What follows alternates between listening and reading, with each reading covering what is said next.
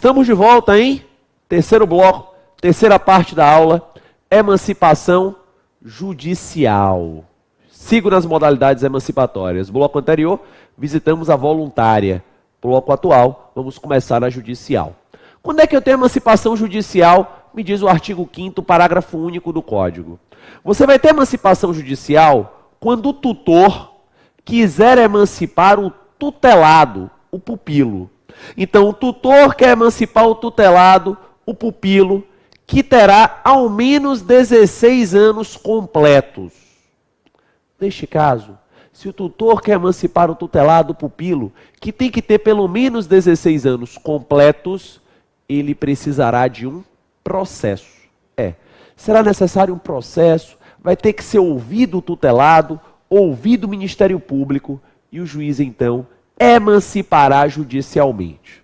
Certa feita, um aluno me perguntou em uma revisão presencial do SES: Luciano, por que os pais podem emancipar voluntariamente, só indo no tabelionato, o filho com 16 anos de idade? E se o tutor quiser emancipar o pupilo, professor, vai ter que ter decisão judicial? Por que isso, Luciano? Porque o tutor não é pai. O tutor não é pai. Lembra comigo, quando eu tenho tutela?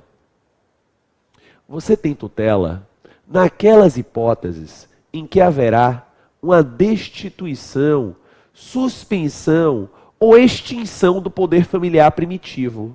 Olha o exemplo. Imagine que os pais do moleque morreram. O menino tem 17 anos de idade. O juiz, então, nomeará um tutor. Por que o juiz nomeará um tutor, professor? Porque alguém precisa gerenciar o patrimônio que o menor recebeu de herança, alguém precisa direcionar a criação do menor e assim por diante. O juiz, então, nomeia o tutor para aquele menor. Já pensou se o tutor pudesse simplesmente emancipar o menino? Luciano, você é tutor de Joãozinho. Vai, Joãozinho, está emancipado, meu irmão, porque eu tenho mais o que fazer. Não dá, gente. Não dá. Você iria esvaziar a tutela. Então, para que não haja o esvaziamento indevido da tutela, aí vai ter que ter decisão judicial. Terceira e última hipótese emancipatória. Vem comigo. Emancipação legal. Por que ela é chamada de legal, professor? Ela é chamada de legal porque ela é automática. Automática. Alcançada uma das situações previstas em lei, já era. O sujeito automaticamente emancipa. Então, verificada uma das hipóteses previstas em lei, o sujeito automaticamente emancipará. Emancipação legal. Quais são as hipóteses? Quais são as circunstâncias em que, verificada na prática, está lá a previsão legal, cidadão automaticamente emancipa? Estou lá no 5º parágrafo único, hein? Inciso 2 e seguintes. Vem comigo. Primeira hipótese, casamento. Claro. Não teria a menor lógica de pensamento o sujeito ser casado e incapaz. Não tem lógica. O sujeito ser casado e incapaz. Casou, emancipa. Professor, imagine que minha prova disse que o sujeito casou seus 16 e divorciou seus 17. Então minha prova disse que o sujeito casou seus 16, divorciou seus 17, professor. E aí? Ele continua emancipado? Claro! Porque a emancipação é irretratável, a emancipação é irrevogável. É uma via de mão única. Uma vez emancipado, em regra, eu não retorno à condição de incapaz. Não. Eu continuo emancipado. Então, o divórcio, a separação posterior, não repristinará, não vai restaurar minha condição de incapaz. Segunda hipótese de emancipação legal, exercício de emprego público efetivo. Senhores, se é o exercício do emprego público efetivo, não é aprovação no concurso público. Claro que não.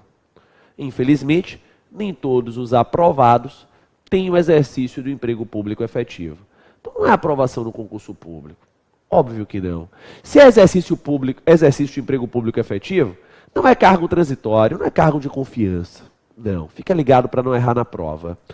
Terceira hipótese, colação de grau em ensino superior.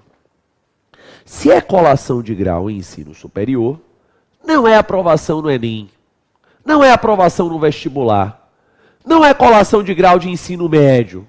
Claro que não, tem que graduar, gente, tem que ser uma colação de grau em ensino superior. Quarta e última hipótese, estabelecimento civil ou comercial, ou a existência de relação de emprego, desde que, em função deles, o menor com ao menos 16 anos completos tem economia própria. Beleza. Nestas hipóteses, o cidadão é emancipado automaticamente. Galera, se liga no movimento. Você só emancipa uma vez. Claro. Você só emancipa uma vez. E você emancipa para a prática de atos da vida civil. Lógico. Então a emancipação é só para a vida civil. Por exemplo, o emancipado responde pelo ECA ainda. O emancipado não pode obter carteira de motorista. A emancipação é para atos da vida civil. Outro dia um aluno me mandou no plantão de dúvida. E serve para quê então, professor? Para um monte de coisa. Ele pode abrir conta bancária, pode se matricular sozinho em faculdade. Beleza. É para atos da vida civil, eu dizia, e você só se emancipa uma vez. Aí a prova cobra a questão do menino fenômeno. Quem é o menino fenômeno? O menino da prova que é um fenômeno, porque aos 16 anos de idade, ele passou a morar com a namorada. Aos 16 anos e meio, ele teve a colação de grau em curso de ensino superior. Aos 17 anos de idade, ele inicia o exercício de emprego público efetivo.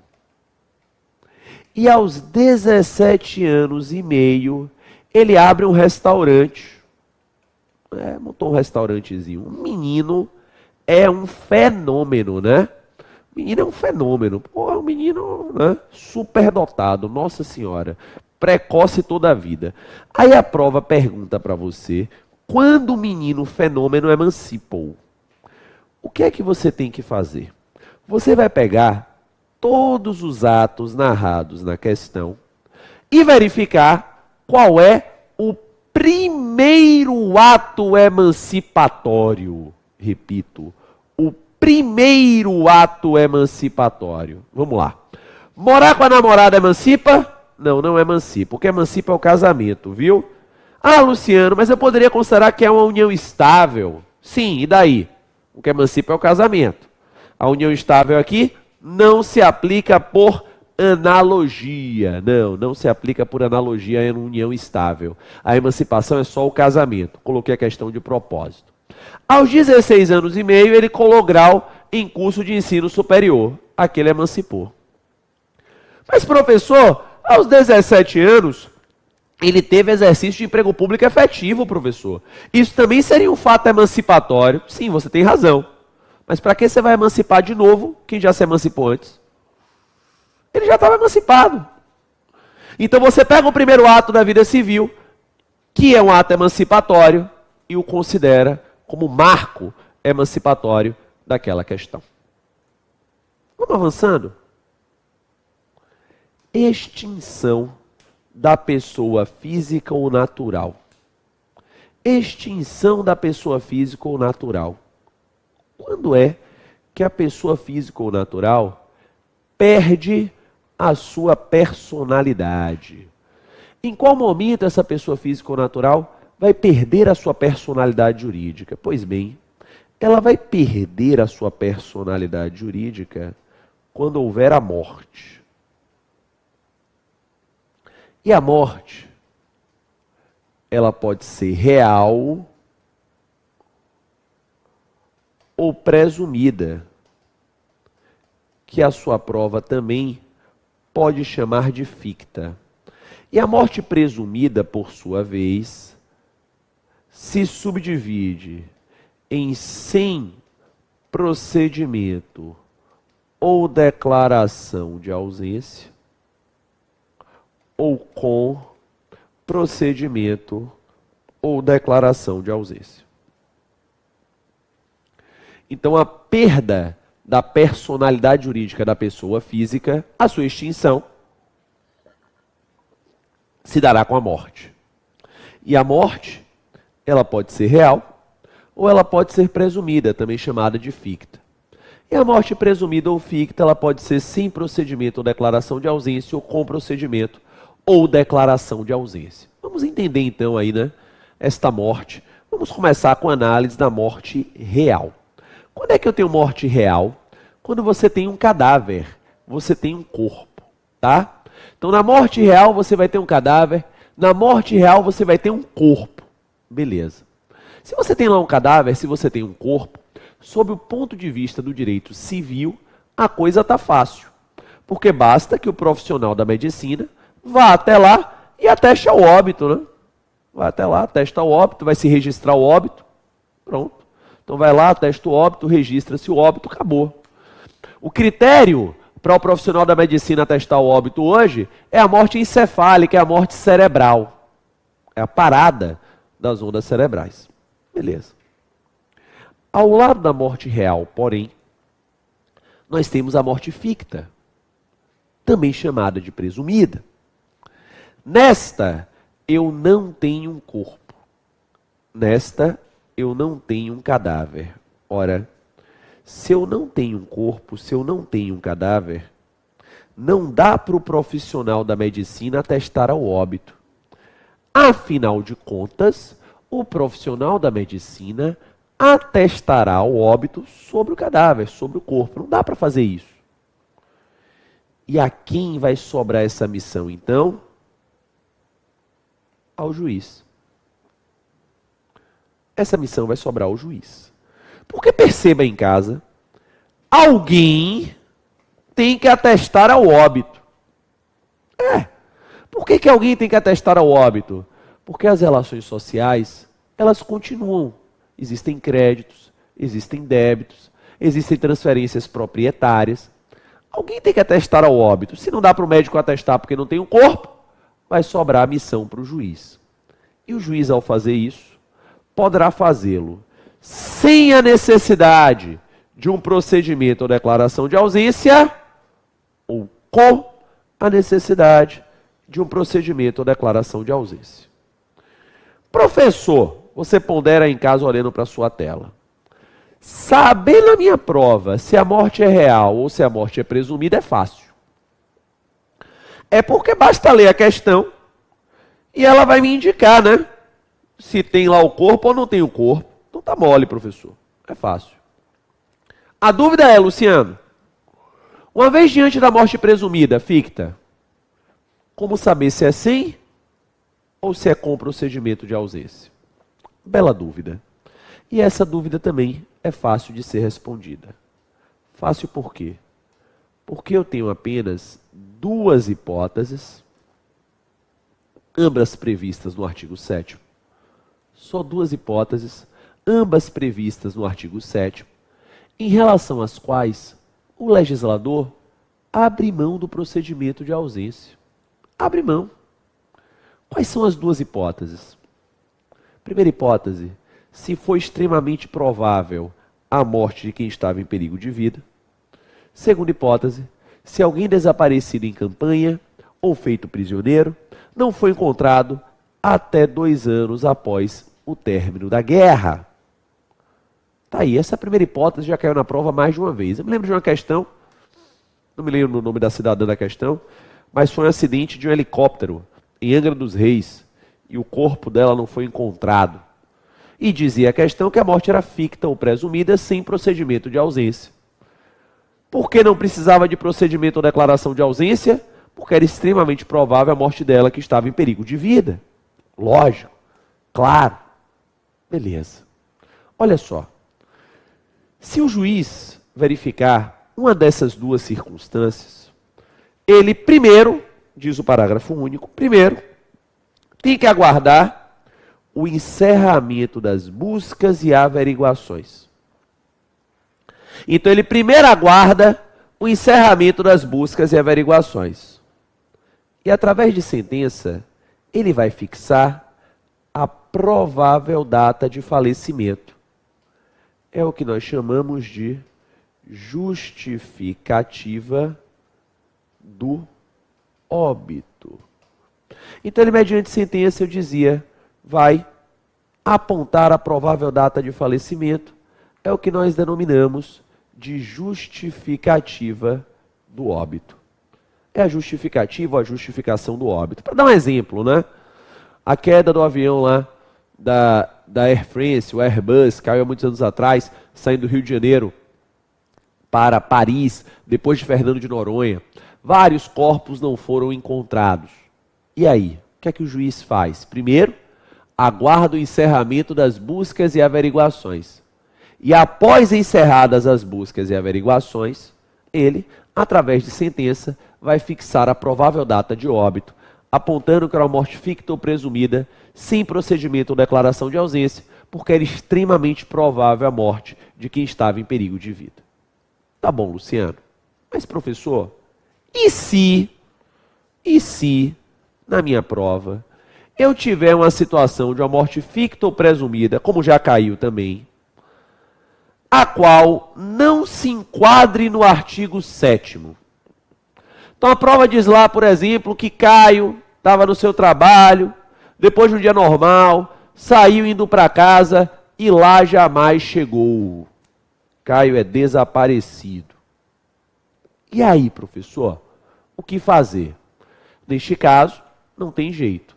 Você terá que lançar mão, terá que se utilizar de um procedimento de ausência. O procedimento de ausência, que é um procedimento lento, burocrático, dividido em 3 fases. Primeira fase, curadoria ou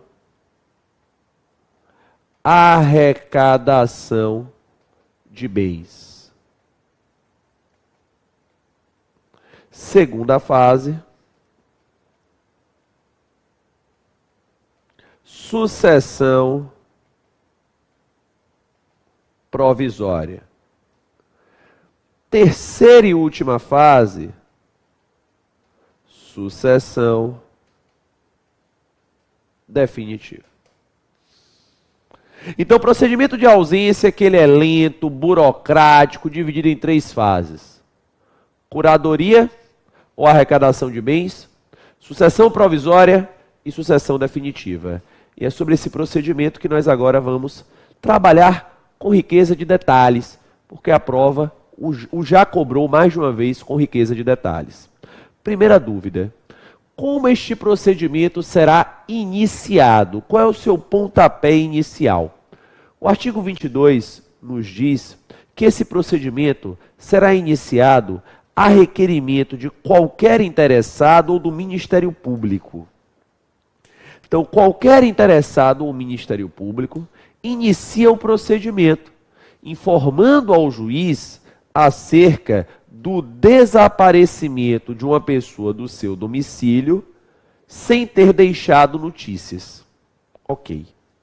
O juiz, então, recebe esse requerimento de qualquer interessado ou do Ministério Público que indica o desaparecimento de uma pessoa do seu domicílio sem dela ter deixado notícias, e ao receber essa inicial, o juiz ele vai declarar a ausência, declara a ausência, a pessoa sumiu, está ausente, e vai nomear um curador para administrar os bens do ausente. Então, nomeia-se um curador, eu dizia, para administrar os bens do ausente. Beleza, ok. Quem vai ser esse curador? Quem o juiz deve nomear como curador? O artigo 25 nos traz uma ordem preferencial. Encabeçando a lista o cônjuge, que não esteja separado judicialmente ou de fato há mais de 2 anos. Beleza. Então, primeiro da lista, cônjuge que não esteja separado judicialmente nem de fato há mais de 2 anos. Segundo da lista, os pais. Terceiro da lista, os descendentes. Descendentes, preferindo os mais próximos aos mais remotos. Quarto e último da lista, alguém da confiança do juiz. É o chamado curador dativo. Então, alguém da confiança do juiz, que é o nosso curador dativo. Beleza.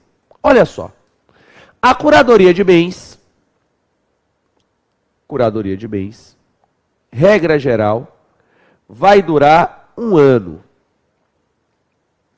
Mas este prazo vai ser dilatado para 3 anos, artigos 23 e 26 do Código Civil. Então, esse prazo, que em regra é de 1 ano, vai ser dilatado para 3 anos, artigos 23 e 26 do Código Civil, se o ausente tiver deixado um procurador. Porque, meu amigo, perceba, se antes de sumir o ausente se deu ao trabalho de deixar um procurador, está com cara que essa ausência é premeditada. Lógico. Imagina que eu sumi, mas antes de sumir me deu o trabalho de lavrar uma procuração por escritura pública, nomeando Sabrina minha procuradora. Está com cara que meu sumiço é premeditado. Então, os artigos 23 e 26 dilatam o prazo que seria de 1 ano para 3 anos. Beleza. Ultrapassado o prazo,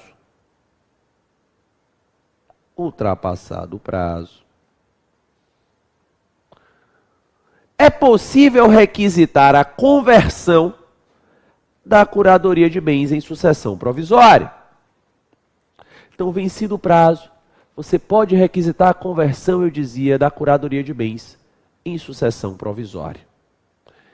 Quem poderá requisitar esta conversão? Artigos 27 e 28 do Código.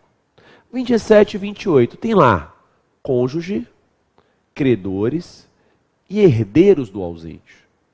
Cônjuge, credores e herdeiros do ausente. Detalhe.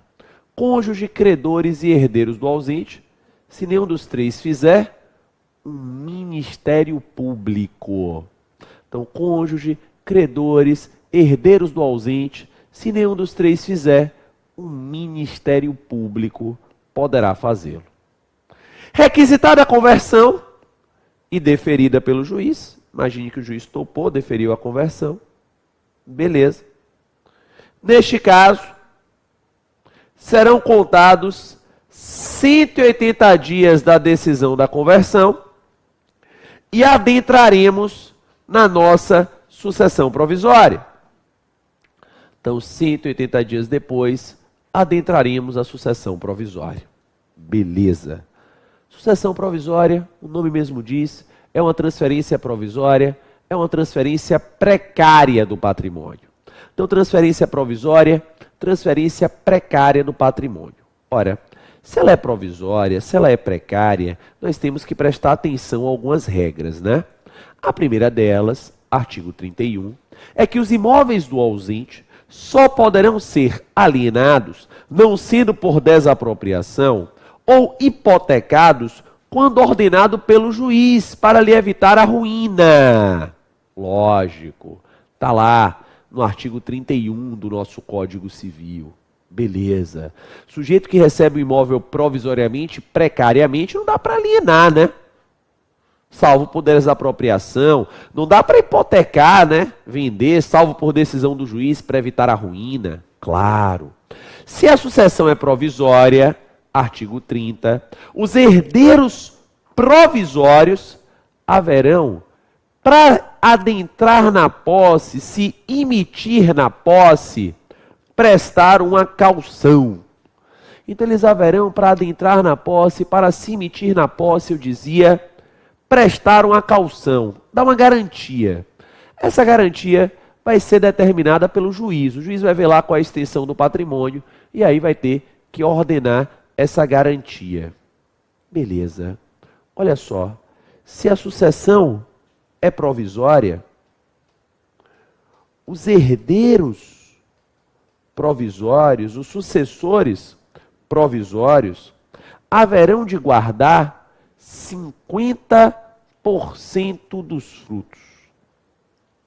Haverão de guardar 50% dos frutos para a hipótese de retorno do ausente.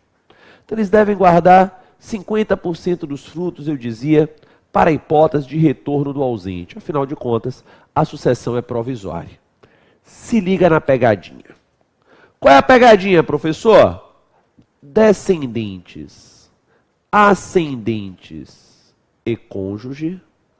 Descendentes, ascendentes e cônjuge estão liberados da guarda de frutos e liberados da caução. Descendente, ascendente e cônjuge, liberados da guarda de frutos, liberados da caução. Acompanhou aí? Beleza? Ok. Quanto tempo dura a sucessão provisória? 10 anos. Nossa Senhora, Luciano. 10 anos. Eu lhe disse, o procedimento é lento e burocrático. 10 anos depois, sucessão definitiva. Que é o quê? A transferência definitiva do patrimônio. Sucessão definitiva, eu dizia, transferência definitiva do patrimônio. Beleza? Aí a caução, o fruto lá manda devolver e a gente tem a transferência definitiva, os herdeiros se tornarão definitivamente proprietários daqueles bens, podem alienar, fazer o que quiser. Professor, o procedimento é muito lento. Eu sei, é muito lento. Luciano, existe alguma maneira, alguma forma, Luciano, de encurtarmos este procedimento? Existe sim. Qual é a forma? Artigo 38 do Código Civil. Olha só. Se o ausente tinha mais de 80 anos de idade e há mais de 5 anos datam as suas últimas notícias, então se o ausente tinha mais de 80 anos e há mais de 5 anos datam as suas últimas notícias, você poderá então adentrar diretamente na sucessão definitiva. Você pode entrar, eu dizia, diretamente na sucessão definitiva. O legislador, por conta da idade avançada aí, ele dá uma compactada no procedimento. Beleza? Dúvidas de prova acerca da ausência. Primeira dúvida, como fica o casamento do ausente? Já foi questão de prova. O artigo 1571 do Código Civil, 1571, diz que a ausência, ela desfaz o casamento, tá? A ausência desfaz o casamento. Tá lá no 1571 do Código Civil. Tá. Professor, e se o ausente retornar depois? O casamento renasce? Será? Uma vez eu perguntei isso numa prova de graduação. Disse que Caio, depois de um dia normal de trabalho, saiu da sua empresa, indo para casa, e lá em sua casa jamais chegou. Sua amada Joana, então, iniciou o procedimento de ausência, requisitou o término do casamento, o que foi deferido pelo juiz. Tempos depois, Caio reaparece. E aí eu perguntei na questão, o casamento renasce? Teve um aluno que respondeu, se ainda houver amor. E colocou reticências. Galera, o casamento não renasce. Não renasce. Se Caio e Joana desejarem, podem se casar novamente entre si. Não há nenhuma vedação no direito brasileiro para que você se case mais de uma vez com a mesma pessoa. Não existe. Você pode se casar mais de uma vez com a mesma pessoa, sem problema algum. Como diria o grande filósofo Barão de Itanharé, há sempre uma segunda chance para se cometer o mesmo erro, né? Pode sim, mas aquele casamento primitivo não renascerá. Segunda dúvida relevante. Professor, e como fica a questão patrimonial? Acaso este ausente venha retornar? este é o tema de abertura do nosso quarto e último bloco. Segura aí, até daqui a pouco.